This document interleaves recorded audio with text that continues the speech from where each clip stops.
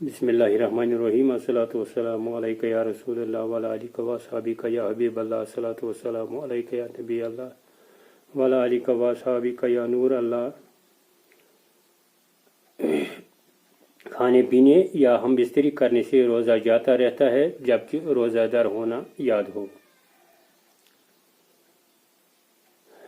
Cigarette وغیرہ کوئی بھی چیز کھا یا پی لینے سے بھی روزہ ٹوٹ جاتا ہے۔ منہ میں کوئی میٹھی چیز جیسے شکر وغیرہ رکھی ہے تو گل کر وہ حلق کے نیچے اتر جائے تو وہ بھی روزہ توڑ دیتی ہے۔ دانتوں کے بیچ میں کوئی چیز چنے کے دانے کے برابر یا اس سے بڑی تھی، اگر اس کو نگل لیا تو روزہ ٹوٹ جائے گا۔ اگر اس دانے سے چھوٹا تھا باہر نکل کر ہاتھ میں لے کر پھر کھا لیا تو روزہ ٹوٹ جائے گا۔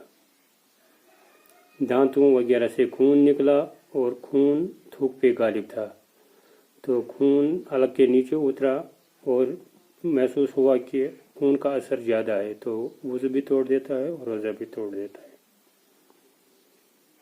روزہ دار یاد ہونے کے باوجود انہیلر کا استعمال کرنا یا ناک میں دوائی وغیرہ ڈالنا، یاد رکھیے کہ جس چیز کا اثر ہمارے حلق تک پہنچے روزہ توڑ دیتی ہے۔ کلی کرتے وقت یا ناک میں پانی چڑھاتے وقت روزہ دار کو گرگرا کرنا ضروری نہیں ہے۔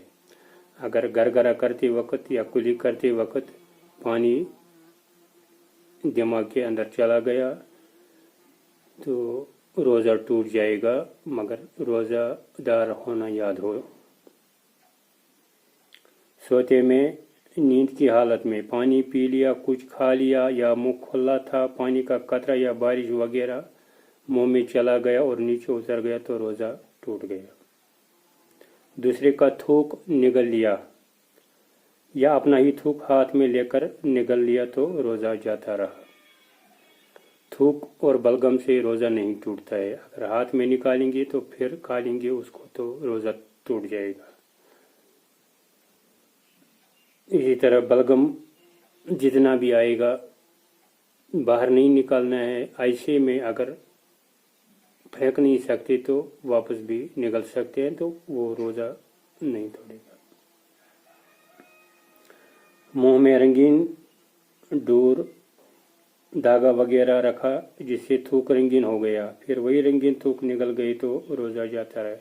جیسے آج کل ہم کوئی کام کرتے ہیں تو جو جس دھاگے کا استعمال کرتے ہیں اس میں جو تیزہ اور رنگ لگا ہوتا ہے تو منہ میں رکھتے ہیں تو اور تھوک میں اثر پیدا ہوتا ہے تو وہ تھوک باہر پھینکنی ہے۔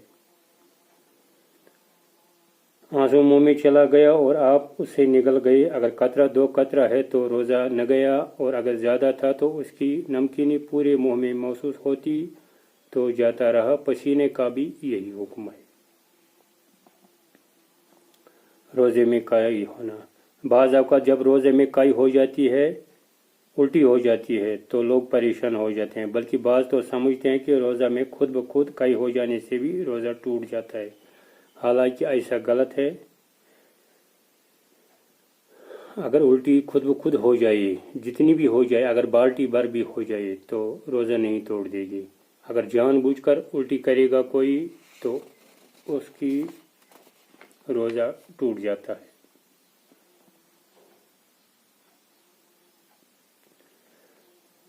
اگر کائی یعنی الٹی میں صرف بلغم نکلا تو روزہ نہیں ٹوٹے گا۔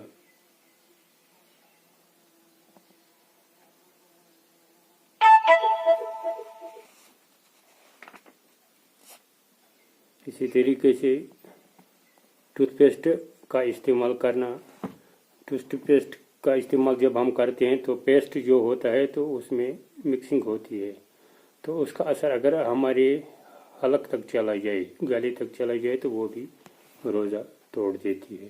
الحمدللہ رب العالمین۔